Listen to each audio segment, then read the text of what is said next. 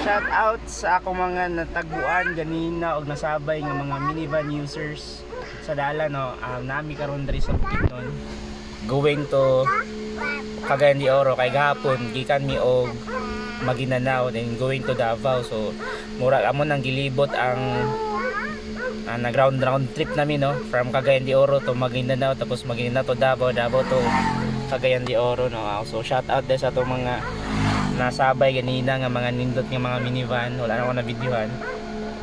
So isa lang kong maingon no para sa inyo, ayaw mo papikto sa mga tao nga giingon nga surplus ra na inyong sakyanan, daghang ayahono no, ay nga na ba ang mga tao nga nakamino sa ato ayaw mo papikto ang ano man.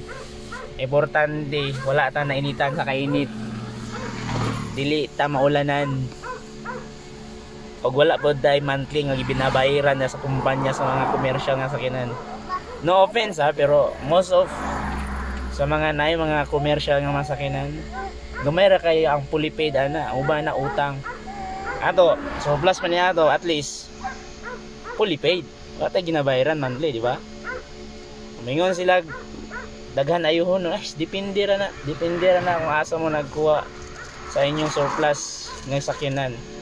Kung gusto mo walay guba o gusto mo ganang nindot ang pagka-build sa iyong kainan, awala pa di rin ang mumukuha proud na siya, Dudong Lagan surplus.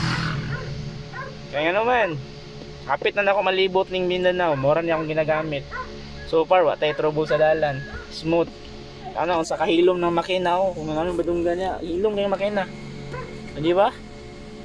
So pay rason nga atong iubos atong kagalingon sa mga tao nga walay salig sa mga surplus. Even dili minivan, dagan na kay mga surplus nga sakyan karon diya nga nang dagan. See? Dili mabayaran ang kalipay sa tao bisa pa og surplus yang sakyanan. Pero naman, ang importante diha nalingaw ka o happy ka sa imong sakyanan.